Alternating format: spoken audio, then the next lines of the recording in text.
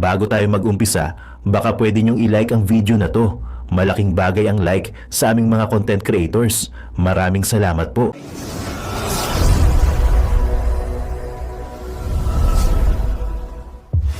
Kuryente talaga? Napakamahal. Ay, oo. Eh, sino nga ang pupunta rito, Kuya Benny? Ikaw, negosyante ka rin. Oh, napakataas ng kuryente mo. Halimbawa, teka muna. Halimbawa, ikaw ay planta ng yelo.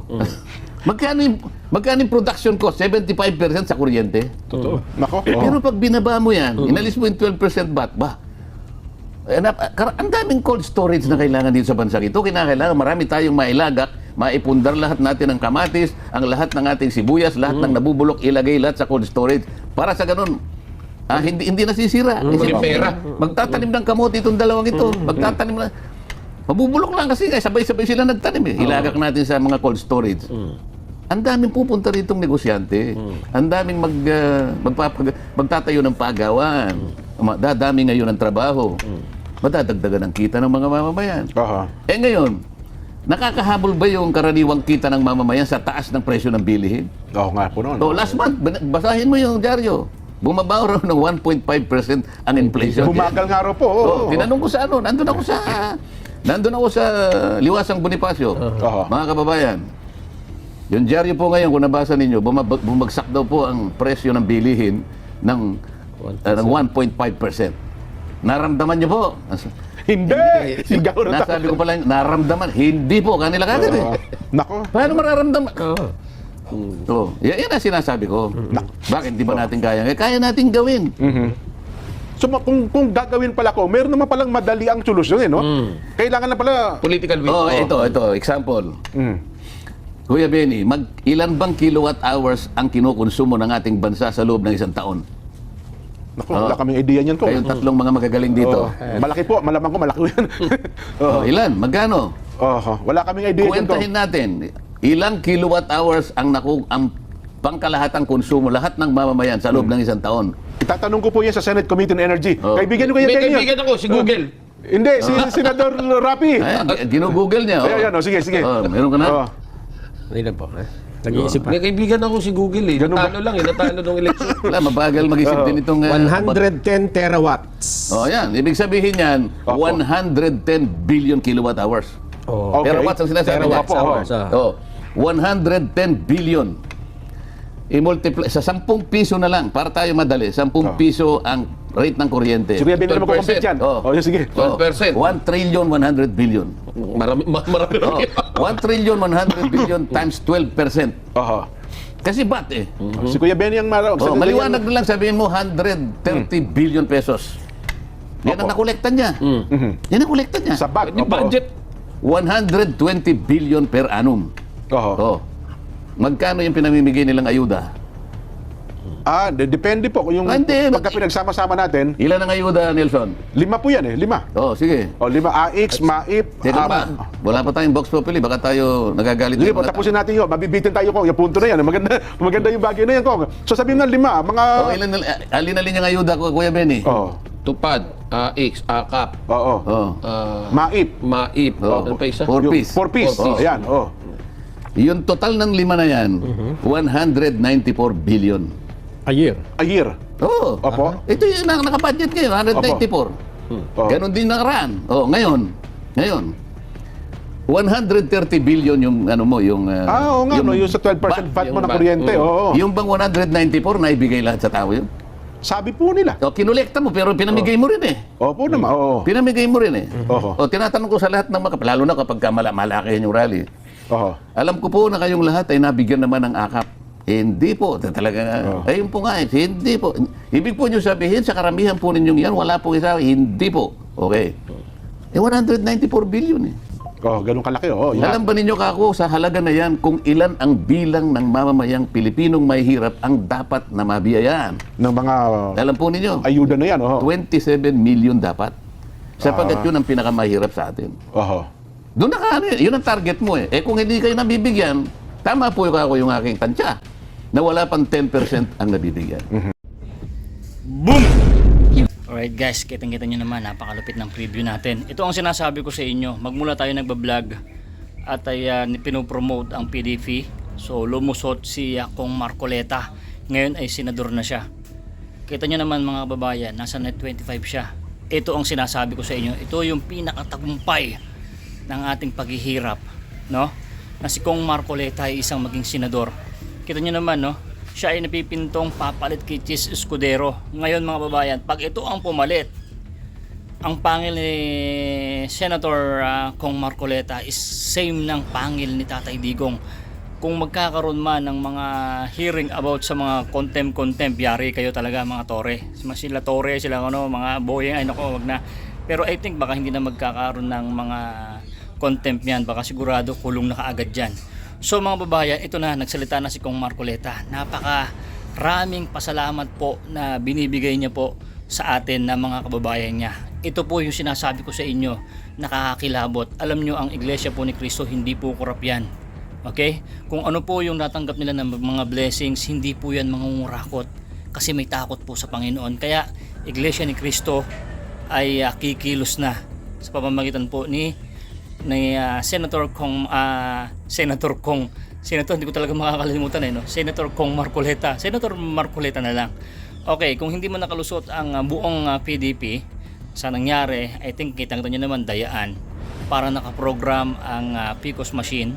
Wala tayong magagawa. Sana magkaroon talaga ng ulitan na bilangan. So sana mangyari. Pero sa akin, kung hindi mangyayari, importante nakalusot si Kong Marcoleta. Mga kababayan, no, itong sa pamamagitan po ni Kong Marcoleta, napakalaki po ang pagbabago nito. Kami po mga DDS, kami nila Tol J, kami nila Banat Bay, ibablog natin yan kung ano magagawa ng Team PDP laban kahit konti lang ang nakalusot. Okay, sayang sila sila Attorney Vic, no? Grabe.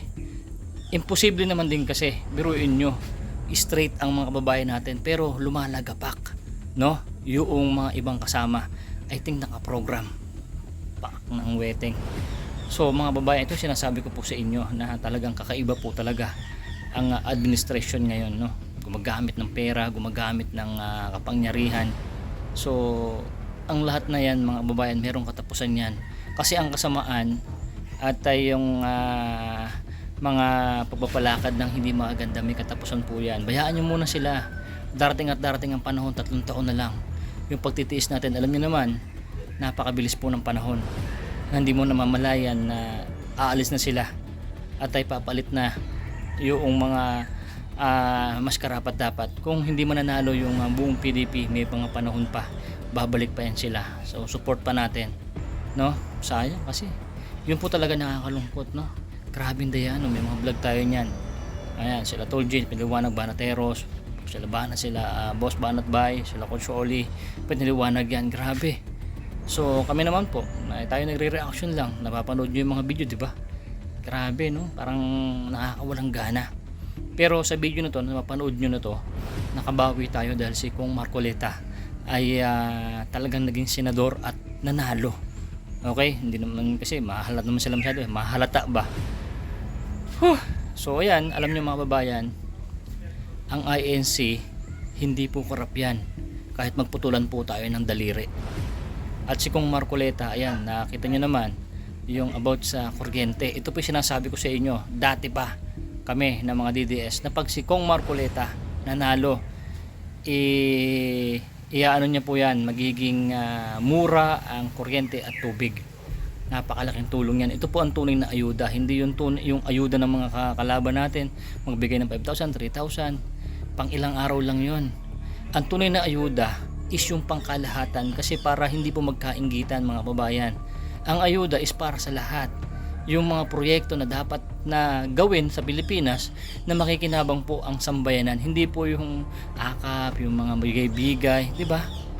Grabe, no? So mga babayan, maraming salamat po sa suporta nyo po kay Senator Bongo, kay Senator Bato. So ayan, so antabayanan nyo mga babayan, Tatang Digong malapit na umuwi. At maraming salamat din po. At ay sabi ko po nga sa inyo dati na kung isusupport niyo po si Amy Marcos, lumusot si Villar, di ba, yung anak niya.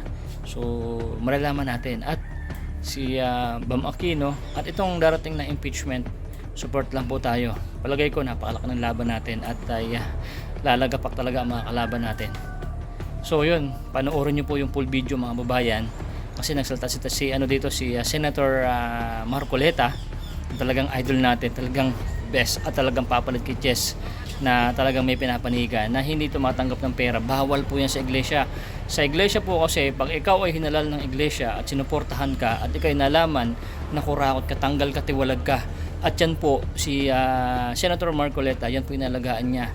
Sobrang malaking takot po talaga yan sa Panginoon. Yan po ang iglesia. Kahit sa iglesia, tanungin mo, yung tunay po na iglesia, kasi mayroong iglesia, nag-iiglesia-iglesyaan lang, pero si Kong Marcoleta, the best po yan. Napakalaking tulong po na magiging magiging share niya sa bansa natin, na magkakaroon ng mas murang kuryente.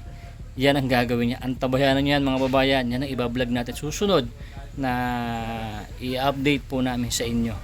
Okay, so ganun po man ang nangyari, at ay nakakalungkot, hindi pumasok yung ating Duterte, pero kita nyo naman yung grabing dayaan, tapos biglang bumabagsak. Posible yan. So ganoon na lang mga babayan. At itong vlog natin, pakilike nyo po, pakishare para mapanood ng mga babayan natin, at panoorin nyo po yung pagsasalita ng Net25 at si Senator Marcoleta. Yan, right. Grabe. Sobrang saya po namin ng mga DDS na sa pagpopromote ng PDP may pumasok, at yung pinakamalupit, sayang si Pastor Kebiloy na talagang magiging ganun din. Sana katuwang ng ni Kong Marcoleta, Iglesia, and KOGC, sayang. Sana mas maganda talaga yung mangyayari sa Pilipinas. Pero ganun pa man, hintay tayo kasi mahaba pa ang panahon. So ayan guys, panoorin niyo po yung full video. I-play na natin. Play mo na yun, boy. Let's go. Ang di umano'y posibleng rigudon na mangyayari sa Senado, pagbabalik sesyon ng mga dating senador at bagong senador. Kaya naman panawagan ng taong bayan na sana'y bumaba na lang sana raw sa pwesto ang kasalukuyang Senate President at ipalit ang bagong senador na si Rodante Marcoleta sa kanyang pwesto. Gaano kaya ito katotoo mga kababayan? Ating alamin. Pero bago ang lahat, kung bago ka pa lamang sa aming channel, please huwag kalimutang mag-like, subscribe at i-click ang notification bell para mas maging updated ka palalo sa lahat pa ng bagong video na i-upload namin. At ito na nga mga kababayan, sa wakas, isang magandang balita. Rodante Marcoleta, isa ng ganap na senador, minahal at binoto ng buong Pilipinas matapos pagtulungan ng mga kapwa niya kongresista at tanggalin sa kanyang mga komite sa Kongreso. Sa wakas, nagwagi na ang inapi at posible di umanong maging susunod na Senate President ng Senado. Ayon pa sa patanong na online post ni Optic Politics sa kanyang official FB page, magkakaroon ng bagong Senate President sino? Na tila sinagot agad naman ito ng marami sa ating mga kababayan. At ayon pa sa kanila, mas mabuti na magrigodo na sa Senado at sana'y palitan na lamang kasalukuyang Senate President, at ang dapat ipalit ay si Rodante Marcoleta dahil matapang at walang kinikilingan. Doon lang sa tama, at binabatikos ang lahat ng mga buhayang politiko na kahit na inapi at kinuna ng pwesto ng mga kasama sa Kongreso ay matapang na nanindigan pa rin sa tama at hindi nagpapasindak. Kaya panawagan naming taong bayan, karapat dapat siyang ilagay sa mataas na pwesto sa Senado. Mga posibleng favor kay Marcoleta to become Senate President: Bato, Bongo, Aimee, Camille, Mark Villar, Tia and Alan Cayetano, Ligarda Villanueva, Mig Subiri at Bam Aquino. May vote for Marcoleta, abogado matalino. Okay naman si Senator Bongo, kaso mahinahon magsalita. Bagay dyan si Sir Marcoleta para yang nasa Senado, madagdagan ang memory nila na tuyo na. Palitan si Quezon, ang papalit ay ang matalinong senatorial candidate na si Kong Dante Marcoleta. Magaling sa batas, may tapang at paninindigan, hindi pumapanig sa mali. End quote. Matapang na pinatunayan naman ito at nagbigay ng opinyon ng batikang journalist at solid DDS na si Jay Sonsa sa kanyang FB account. Ayon pa sa kanya, "Hello Batasan, you have a problem." Para kay Martin Romualdez at sa kanyang mga asong congressman, "Look what you have done for being brazenly arrogant. You just made a small fry party list representative, a giant national political figure, and a political hero. Attorney Rodante Dizon Marcoleta, representative sa Gift Party List, inalisa ng posisyon sa 19th Congress, inalisa ng membership sa iba't ibang committee, dinuro-duro at hinamon pa ng suntukan, inalisa ng karapatan na makagsalita o makibahagi man lang sa mga hearing ng Quadcom at Tricom, at higit sa lahat, hinamak ng gusto nang hindi man lang binigyan at pinagkaitan ng hopya. Masdan kung ano ang naging kapalit ng inyong pangbubusabos sa kanya. Look at him now. Naging pangbansang simangot, tagapagtanggol ng most trusted and most loved Vice President and elected by 32 million Filipinos, Attorney Sara Duterte. The 1987 Constitution and the law. Isa na siyang senador. Posisyon na minsan miniti at inambisyon ni Speaker Martin Romualdez, ngunit hindi niya napagtagumpayan. Senator Rodante Dizon Marcoleta, the distinguished gentleman from Tarlac, Pampanga, in the Republic of the Philippines, member of the upper chamber of the 20th Congress. Hello, Batasan, you have a problem. End quote. Masayang hapon po sa ating lahat. Pasensya na po kayo. Itong aking mga kasama rito, parang nagulantang po sila sapagkat bigla po akong dumating. Dahil sa gusto ko pong magpasalamat dito mismo sa programa na ito po'y nagawa na ako po'y dating kasama talaga rito. Kami po ang nagpasimula ng programang ito. At dahil dyan ay gusto kong dito ko unang sabihin ang aking pagpapasalamat sa lahat po ng ating mga kababayan na bumoto, tumulong sa inyong lingkod. Lalong-lalo na po ang Iglesia ni Cristo sa pamagitan po ng ibinigay na suporta ng tagapamahalang pangkalahatan, ang kapatid na Eduardo Manalo. At yan po ay hindi ko po makakalimutan habang ako'y nabubuhay. At marami rin pong iba na mga naging kasama ko pong tumulong sa akin hanggang sa may panalo po natin ay may pagtagumpay, yung minimithi po nating posisyon na inaakala ko po na magagamit natin sa lalo pang tapat na paglilingkod sa ating bansa. Yan po. Pero hindi naman nangangahulugan yun, Kong, na kasi nasanay kami once a week or twice a week. Nandito po kayo sa palatuntunan to sapagkat ito talaga namang ginawa po noon pa man para sa inyo, Kong. Di ba? Ay, hindi ko naman sinasabing alis ako. Ayun. Kung minaalis nyo na, wala na akong magagawa. hindi. Kasi parang akala namin kapag kayo nandun na sa Senado, baka parang bihirang-bihira na. Pero dapat nandito pa rin kayo palagi, Kong. Hindi, hahanap tayo ng tamang pagkakataon para sa ganun ay naibabahagi ko rin Opo. sa ating mga kababayang sumusubaybay sa programang ito ang mahalagang bagay na nangyayari sa ating bansa, lalong-lalo na sa Kongreso, di ba? At dito sa panig na ng mataas na kapulungan. Ngayon, kung talaga namimiss nyo ang ating Senator Marcoleta, hindi doon tayo mag-shoot. Sa Senado? Sa Senado na tayo. Nga naman, pwede naman siguro, no? Marami namang committee room doon. Ay, hindi natin pwedeng gamitin yung mga yun. Ganun ba? Mas maganda dito at magdadala na lang ako ng hopya every time. Yun! Every time na tayo nagpo-program. Basta kung nandito lang ako. Yun!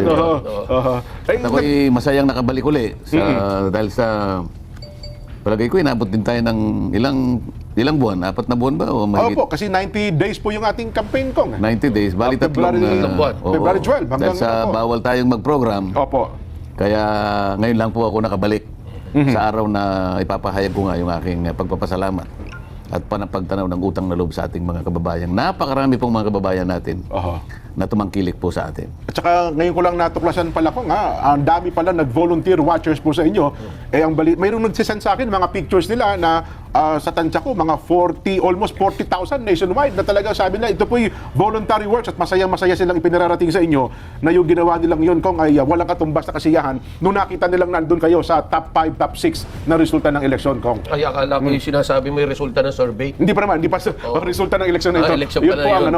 Hindi, totoo yung sinasabi ni Jen, Kuya Benny, Nelson, dahil sa nag-volunteer nga yung mga yun. At Opo. tama yung figura niya, 39,000 plus yung nakita ko ganun pala kadami. Halos 40,000 dahil alam nila na wala naman tayong magagamit yun. Karaniwang binabayaran kasi lahat yun eh. Opo. Ipagpalagay mo na lang na magkano ba ang binabayaran mo, Kuya Benny, nung ikaw ay kumandidatong Pinakamahina dyan, 1,000 na yan. Per day yun. Oo, kaya per day, nga, mahina. kung 40,000 May yun. pagkain panlibre. Kaya nga, kaya voluntaryo na lang nilang ibinigay yung kanilang serbisyo. Makikita mo yung pagmamahal ng mga taong tunay na Opo. umahanga at naniniwala. Nire-reimburse nga sa akin yung ginawa. Sabi ko, teka ako, bakit? Ay, nako, Nelson, ikaw excited ka rin eh. No? Baka may mga gusto mong itanong dyan kay Comandante. Una-una, ang gusto ko talaga itanong sa inyo kung ay inaasahan nyo ba na mag number 6 dito sa Maraming resulta? nabigla. Oo. Hindi ko alam kung anong magiging bilang ko, pero nung nandun na sa yung 1 month na lang kasi, napapansin ko na sa bawat lugar na puntahan ko, talagang maramihan yung mga taong dumadalo sa mga rallies. Opo. Meron nga ang pagkakataon kung hindi ako nagkakamali hindi naman sa Liwasang Bonifacio na, ang dami kasi ng rally namin Opo. Alam mo ba na ginawa nila akong pinakahuli na magsasalita? Naku, di inip na inip kayo. Sabi ko kay Philip Salvador, Oho. akala ko nung umpisa nagbibiro lang. Oho. Sabi niya, boss, relax ka lang muna dyan. Total, Oo. isa ka sa huling dumating naman. Pero hindi naman ako huling-huli. Nasa kalagitnaan naman ako Opo. Umupo ka muna dyan kasi uunahin muna natin itong mga kasama natin. Sige ka, akala ko nang uunahin, mga 2 hanggang 3 lang. Opo. Mahalata ako na, teka muna ako, bakit ako ba't parang ako yung inuhuli mo? Oho. Alam mo, boss, nahalata namin kanya doon sa 2 rally natin nung ikaw unang salita Oho. medyo umunti ang tao na Ganun po. Akala ko hindi namang, hindi kanya kaya pinakasave para ikaw na ang huli na magsalita. Kasi hinabangan talaga yung sasabihin nyo. Pagkatapos nga nung nagkaroon ng meeting de avance na napuno yung Philippine Arena, Opo. yun, napansin din ng mga kasama ko yun. At, lalo na yung nasa kabila, yung mga kalaban na medyo, bakit siya nakapagpundar ng ganung karaming tao, nag-iisa lang siya. Oho. Kasi maski sa kabila o maski sa amin, sama-sama na kami, hindi pa nakakakuha ng ganung karami. Ganun po. Halimbawa, yung huli namin sa Liwasang Bonifacio, marami rin, pero hindi kasing dami nung nangyari sa Sa Philippine Arena. Philippine Arena. Oho. Yun ang mga indication. Pagkatapos, kasi sa tanong mo, anong number mo? Hindi ko mapiho, pero sa tingin ko, dahil pagka nagrarally, pagkatapos ng rally, bababa kami, hindi ako makalabas yung sasalubungin ka ng mga tao. Dinudumog kayo ng tao. Bakit gano'n na lang? Yung makakamay lang, makapag-selfie lang. Hindi dating nangyayari sa akin yun Opo. Hindi nangyayari sa akin. Marami rin, pero hindi gano'n nakasidi yung ano. Habang papalapit yung Ngayon sabi ko, teka muna, ang nakikita ko parang marami nang gustong bumoto sa akin. Yun ang naramdaman ko, Kuya Benny, Iba na yung nararamdaman kaysa sa nakikita ko sa survey. Kaya pinagtatawanan ko lang yung survey. Ganun ho ba? Hindi talagang mula noon, sabi ko, dati hindi naman ako naniniwala talaga. Pero nung nararamdaman ko na, kasi yung nagsasurvey naman, hindi nila nararamdaman yung nandun ka Opo. Isa man sa mga tinanong siguro, kung ilang libo man yun, palagay mo 1,500. Nandun kaya sila sa punto na pagka yung bababa ka na sa stage, halimbawa, sasakay ka sa sasakyan. Kulang na lang na meron pang tumutok-tok sa sasakyan ko. Ganun, no? Ngayon, nakikita ba nila yon? Napipil ba nila yon? Kaya sabi ko, palagay ko ako mananalo ako Oho. Hindi ko lang alam kung anong number ako. Pero ang damdam ko sa sarili ko, medyo mataas yung number din. Ayun. Hindi kasi kahapon. Ganun ang naramdaman Kasi kahapon nga po, tinalakay namin, tagpakita naman kami ng ilang mga ebidensya, pinagkumpara-kumpara natin kung ang pinakamataas nyo po doon sa 2 malaking survey, 17 hanggang doon sa kahuli-hulihang survey nila. na yun ay Mayo na. Ayun, maamayo na yun. Kung mga, huling linggo na lamang ng kampanyahan yon, na para bagang ang dating, malabo talaga. Kung baka doon kayo sa 12, ayun po ang kanilang projection. At mayroon pa mga analyst, political analyst, sinasabi, hindi, malabo yan. Yun naman ang yung suporta ng iglesia, maliit lang yan, hindi makapagpapanalo kay Comandante. Ganun po ang analyst, ang pag-presenta niya sa taong bayan tong nasa sa kanila yon. Pero yung nararamdaman ko kasi, hindi pwedeng ipagkamali yun Hindi naman, ala naman akong daladalang perang ipinamimigay, kaya ako Ayun na nga hinahabol po, isa pa po yan, sana man lang kung may pinamimigay ako ng kahit hopya lang, kaya ako hinahabol. Hindi sabi ko, pagka ganito yung indication, palagi ko nga ako, may papanalo natin ito. At dun sa resulta, Sen, ay mukhang nag-deliver yung Mindanao Kasi doon sa kahit tingnan natin ngayon. Yung mga regional, tama, oo. Lalo na yung Mindanao, lagi kayong number 3 doon Bongo, Bato, tapos kayo na lagi. At ang tataas ng bilang, Sen. Nakita ko yun, kasi pinipid nga sa Mindanao. Itong huli nga, nung i-feed sa akin nung isang senador na kaibigan ko na taga Mindanao. Una, number 5 pero yung huling i-feed niya sa akin, number 3 ako doon sa mismong probinsya niya. Pati mismo sa Davao City, ang Oo. laki ng boto niya. Ganun. Oh. At maging, kung di kamali, Region 8, yung Samar Leyte area. Top 3 kayo doon ko, sa kabila nung binabaklas yata yung mga poster doon, pagka nangangampanya kayo, ni ayaw nga kayo papasukin doon eh. Hindi ako masyadong nabilib doon eh. Yung kinabiliban ko sa Tacloban. Ayun, Tacloban City Number mismo. 3 ako sa Tacloban. Patakit mo yun. Pero isa pa sa pinasasalamatan ko, Opo. Jen, merong 3 grupo na mga malapit sa akin. Opo. Yan, nag-provide sa akin ng air assets. Oo. Siguro sa mga 6 hanggang 7 fixed wing yun, mga jet ang Opo. pinahiram sa akin. So kahit alin doon sa 3 grupo na yun, every time, merong available eh.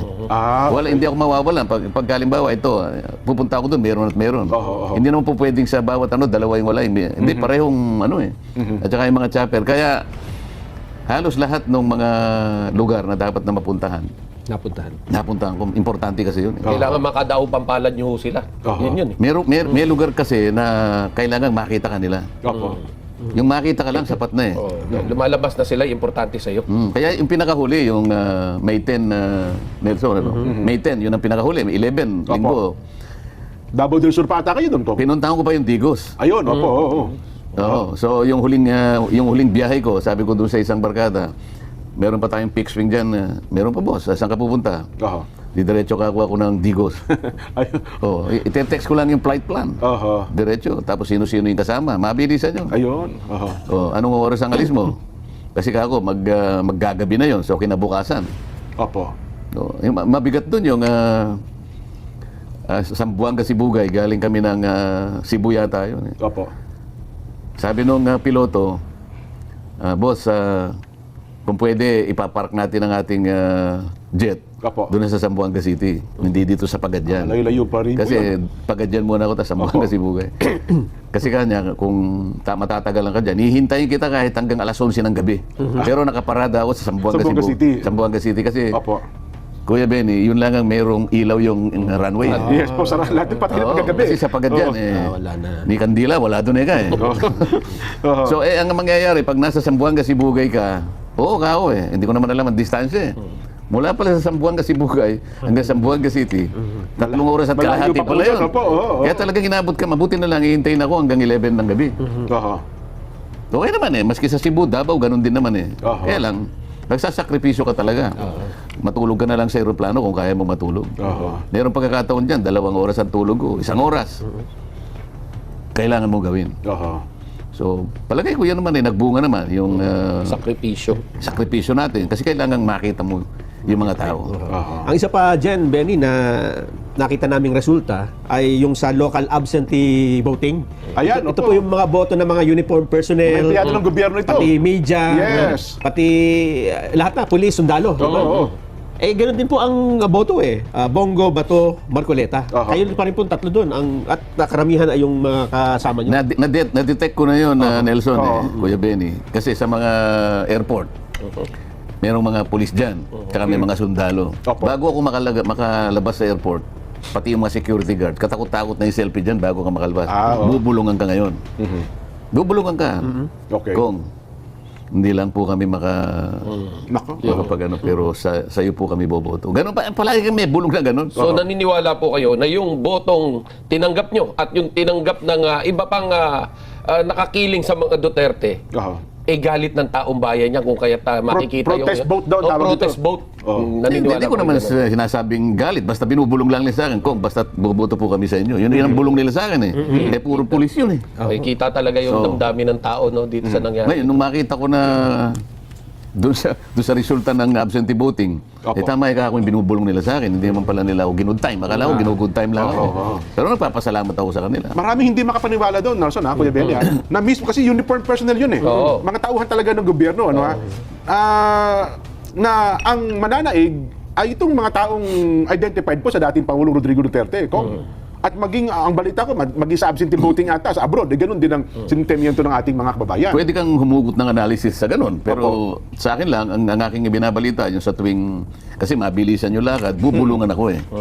Hindi lang po kami makapagpronta sa inyo, pero kami pong lahat ay boboto sa inyo. Ganun ang bulong eh. Ito yung mga taong walang mapagsabihan. Aha. Tapos bigla nilang makikita ang isang Congressman Marcoleta na ipinaglalaban yung karapatan nila, Oo. siyempre bubulong talaga yan. At, Yun ang bugso ng damdamin. Oo, yung bugso na ng damdamin. Meron Yun, pang iba isa, na. yung senaryong gustong-gustong nakikita ni Jen. Opo. At gusto nga ni Jen, siya yung nandoon eh. Ano yan? Ano yan? Ano ito? Kapag yung maramihan na nagpapaselfie na merong umahalik sa akin na matatandang mga babae.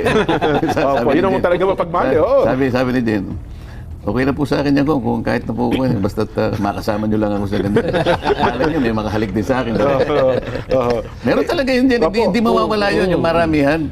Aha. At saka yun po yung deciding group no, na yung mga matatanda para makumbisi mo yung mga yan. Yung mga bata kasi mamadali pero yung matanda, sabihin yung mga may edad para ikaw iyakapin sa lubungin at saka iba yung pagkilala, ay iba ang dating nun Kong. Iba po yun. Makikita mo naman yung nagpipilit na mahawakan lang ang kamay mo eh. Tsaka yung selfie kasi importante sa kanila eh. Talagang tulakan yung kung minsan.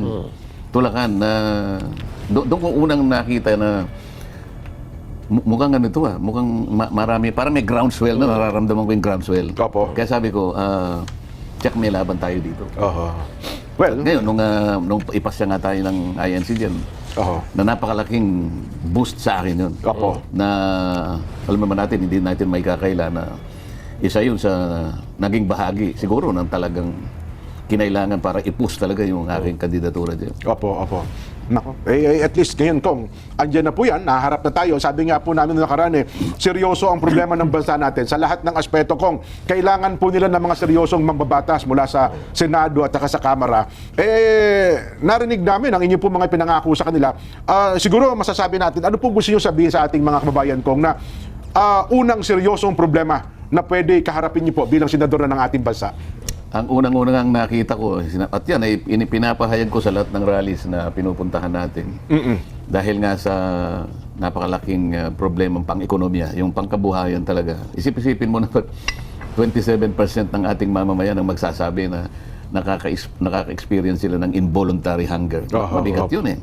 27%. Opo. Sa bilang natin, Kuya Benny, 118 million Filipinos. Gaano kalaki yung 27%? So almost 30 million yan, Kong. Mahigit. Kulang sa 40 million yung Ayun, magsasabi na gusto niyang kumain, hindi siya makakain. Hindi dahil sa masakit ang ngipin niya, kung hindi talagang wala siyang makain. Involuntary hunger. Ilang magulang ang papayag doon. Matatanggap mo yung sitwasyon na yun. Hindi makakakain sa tamang oras ang pamilya mo. Masakit yun. Yan ang importante. Kailangan masubsidize talaga ang mga magsasaka dyan. Ayun, opo. Saan mo sila isasubsidize? Doon sa inputs, doon sa farming inputs halimbawa. Palagi ko sinasabi na, ito si Kuya Benny, galing sa irrigation ito. Ayan, opo, oo. Kapag yung pataba kasi, napaka-importante sa panig natin. Masasakripisyo yung ani mo per hektar kapag pag binawasan mo yung 8 bags ng Pataba. urea, yung pataba. Opo, oo. Magkano ang isang bag ng Kuya Benny? May data ka pa ba? Yung pataba, 8 bags sa loob ng yung isang hektarya. Sa pinakahuling bilatan ng Nelson, mga 2,000 Nelson yung pataba, no? Hindi palagay 60,000. Wala man mangungutang pa yung tao.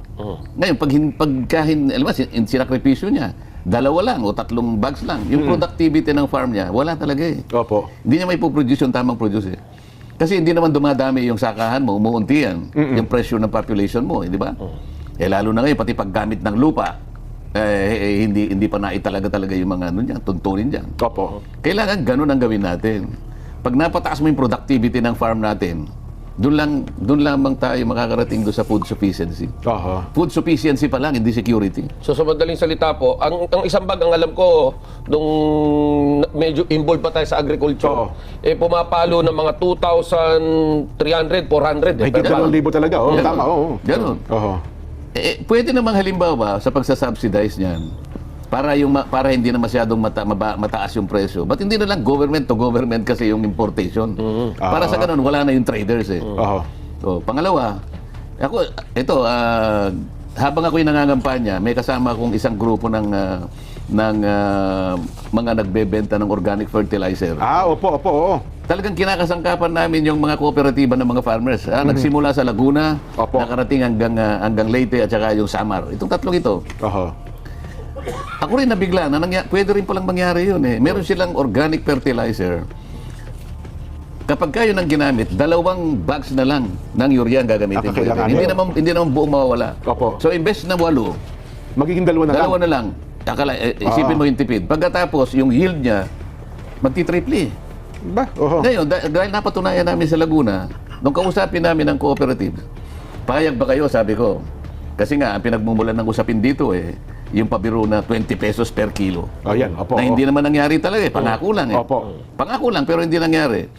Ngayon, sabi ko, pwede bang gawin natin kapag ka na-harvest na ninyo ang inyong pananim, yung 20% nun, ibenta 20 pesos per kilo. Nagawa Ayun. Pwede. Oho. Yung 80% may kita na siya Opo. Kaya payag yung farmer kasi nga yung subsidy na ibigay, yung organic bumaba yung bumaba Ang yung- matitipid mo, yung 6 na bag, nasa kulang 15 mil din po. kaya nga, kaya pumayag Ano na siya ba? yung 20% ang isakripisyo niya Oo. para sa bayan. Nakapagbenta 20 pesos. Hindi nga lang maramihan dahil nagsimula lang sa 20%. Oho. Pero kung yung konsepto na yon ay may Napapalaganap papagit natin, natin. opo, oo. Iba-ibang pamamaraan At the same time, isa-subsidize ng gobyerno. O, pagkatapos i-cluster natin ang farming. Para sa ganun, yung patubig natin, Kuya Benny, hindi naman kailangan maramihan ng patubig. Opo. Gumamit na lang tayo ng 7 hanggang 8 probinsya na pwedeng pagkunan ng pagkain natin. Ayun, oho. Doon na nakoconcentrate lahat ang programa ng gobyerno. Mapa-fertilizer, mapa-pesticidyo, insecticide, irrigation. 8 probinsya na lang halimbawa. Oho. Bakit 80 pa yung probinsyang tatamnan mo, kalat-kalat ang inputs? Oho. Ngayon, ma-address natin ang tungkol sa pagkain. Unti-unti, hindi ngayon, walang gumagawa nito Salabat yung ano. Ang gusto, Oo. ang isa-subsidize yung mismong bigas. Kaya nga nagkautang-utang na tayo. Saan tayo pupunta pagka gano'n ng programa? So, pagkatapos natin, banatan natin ang kuryente, Kuya Benny. Ayun, Yan ang meron. sinasabi kong palagi. Yun ang dalawang magka-partner yan ko na kapag ka sa lalong madaling pa nasolusyonan. Sa tingin Halimbawa, ko, sinabi ko sa mga kasama ko, Kain at kuryente na to, mga kaibigan, talagang matindi na yung dinaramdam ng ating nagdurugo na yung bansa natin. Opo. Tanggalin natin ang 12% VAT sa kuryente. Nako. Oho. Bagsak ang presyo. Oh, 12% lang Papayag ba mababatos. yung Department of Finance yan? Naka-energy. Bakit kailangan ba siyang pumayag?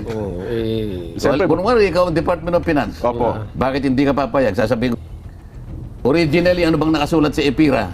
Meron bang VAT? Wala, zero.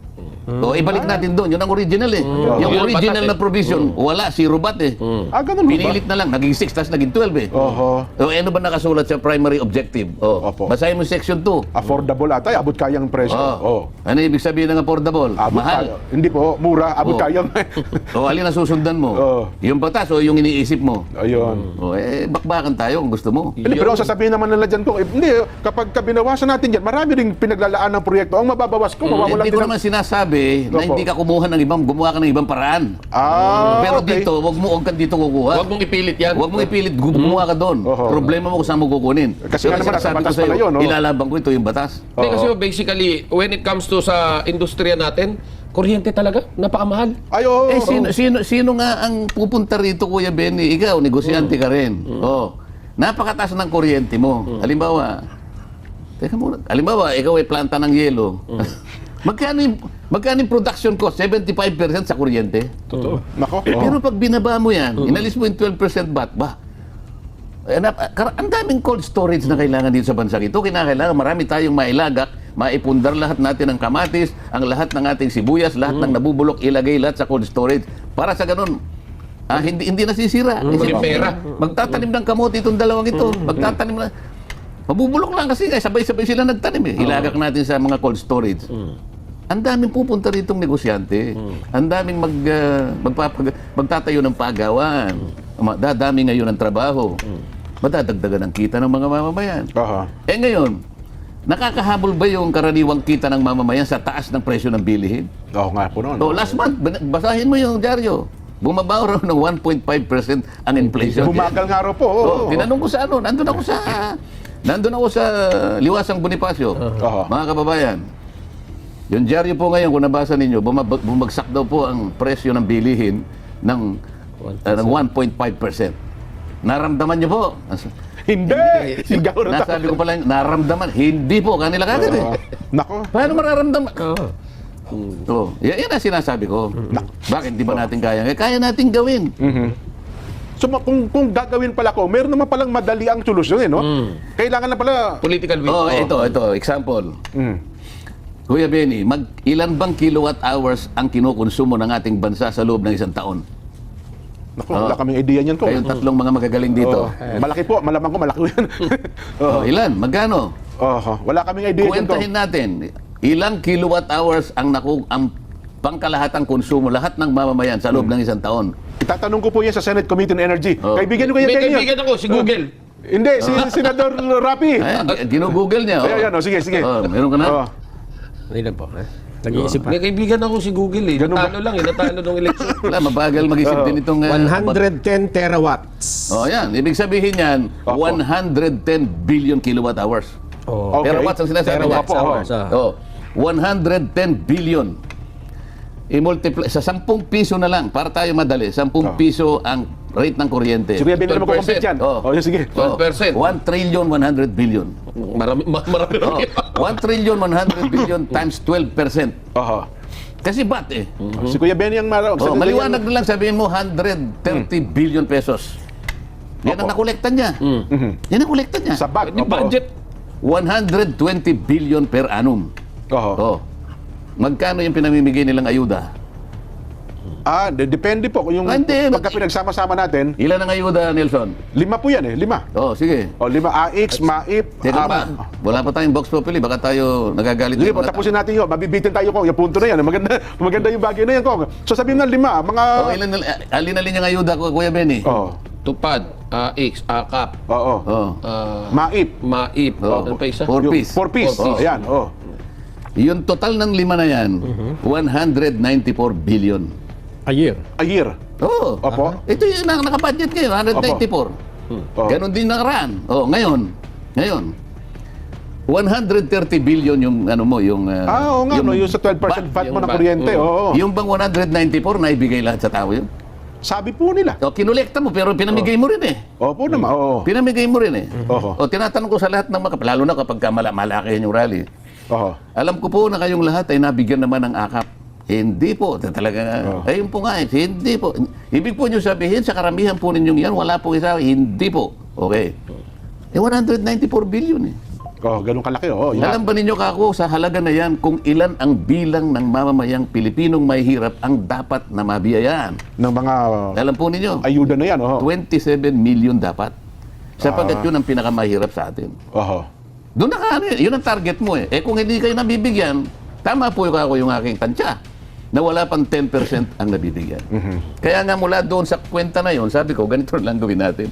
Lahat po ng kumukonsumo ng 2,000 pesos na kuryente pababa, ilibre na po natin yan. Sigawan silang lahat. Hindi ramdam ng tao yun. Oho. Oh, Ramdam kasi nung mahirap kapag talaga. ginawa po natin yan, 27 million ang mabibiyayaan.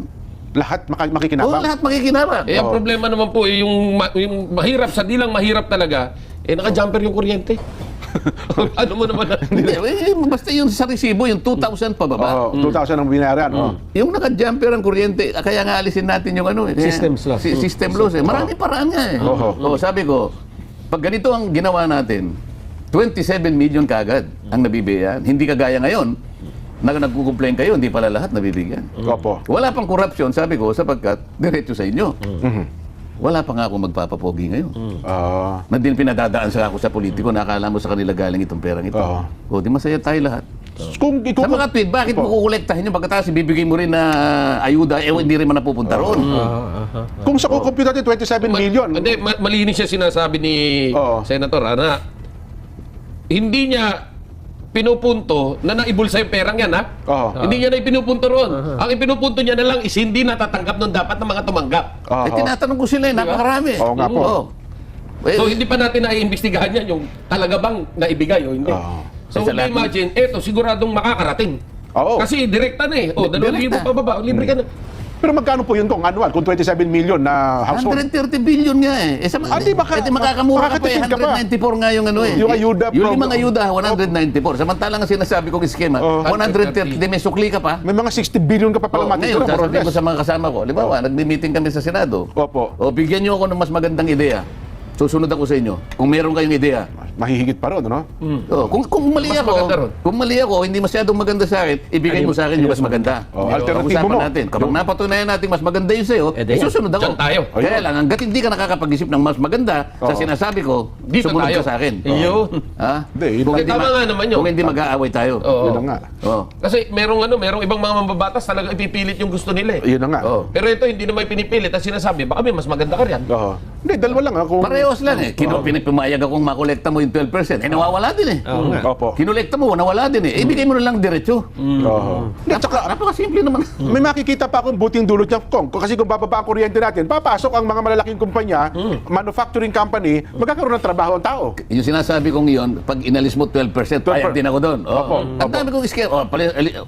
Ayaw nyo sa akin, 12% alisin natin yung VAT. Maraming paraan. Di lahat ngayon mabibigyan. Opo. Hindi lang consumers, pati yung negosyante. Oo. 12%. 120 billion pesos lang yun. Sasabihin mo sa Department of Finance, Kuya Benny, humanap ka ng ibang paraan. Hindi sa kuryente. Sapagkat ang nakalagay sa kuryente, murang halaga. Dito mo kinuha eh. Dito tumaas. Lalabag doon sa pangunahing layunin ng batas. Yun yung sinasabi ko. Nilagay pa sa batas, hindi pa. Statesman na kailangan natin sa Senado. Kasi nga, seryoso talaga. Pero pag ito pinatupad, Kong, isabihin, sa lalong madaling panahon ba, i-epekto ito sa laylayan ng ating bansa? Yung sabihin yung mga pangkaraniwang mamamayan? Bakit? Hindi mo ba alam, Kuya Benny? Oho. Kaya ikaw ang ginano ko dahil kasama ka sa gobyerno dati. Opo. Oho. Sa ngayon, tingnan mo yung EPIRA. Ilan lamang ang nililibre? May libre dyan, yung tinatawag na lifeline rates. 200 pesos mababa ang 200 pesos yun lang ang nililibre. Sinong pamilya na ang kanyang konsumo 200. 200 pesos? Sa sobrang mahal na kuryente ngayon. Oho. Edi parang... Sige, 200 ano? Yung bahay na wala nakatira. Siguro. Yung, Hindi, bahay nga mo lang nakatira eh. Nagbabayad pa rin. Mataas ba sa 200? Kasi ang binabayaran mo system loss. Pakikinabangan ba ng isang pamilya yung 200 pesos na worth ng kuryente? Siguro isang araw lang nagsindi ng ilaw, pagkatapos wala na. Puro kadiliman ng kanyang nakikita sa kanyang kapaligiran.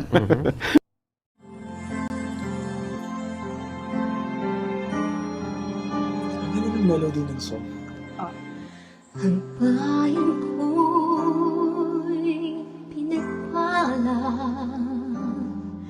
pagkat sa amin pinigay ang isang biyaya na mag-aahon sa hirap at dilim ng kahapon at sa bawat Pilipino'y magtatanggol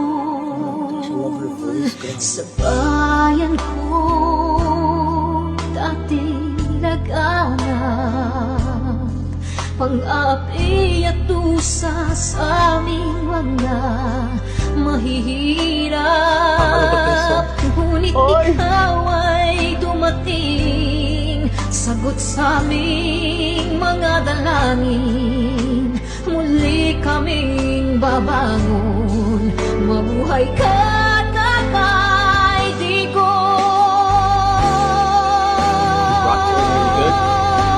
Ama maraming salamat aming mga mata'y minuhulat gawain ng masasamay iyong isiniwalat ikaw lang ang pag-asa naming lahat.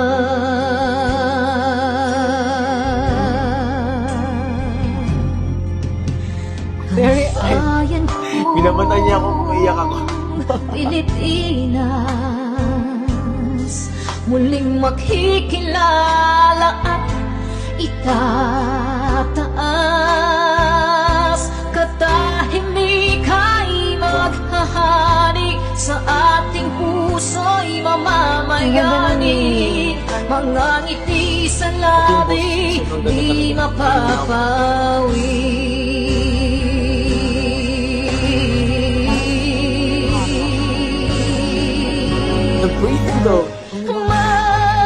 Mabuhay ka, Tatay Digong, maraming salamat.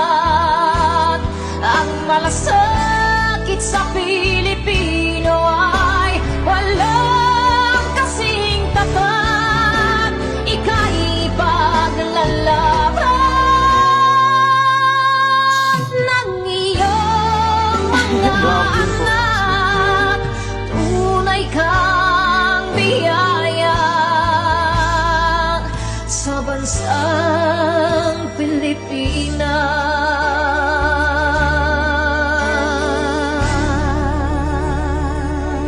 ba? Nay, ito na yung bayad ko sa isa, ano? O, kunin mo yung isa. Isa muna, yan o. Tapos, isa pa, di ba? 4 dapat na sardinas eh.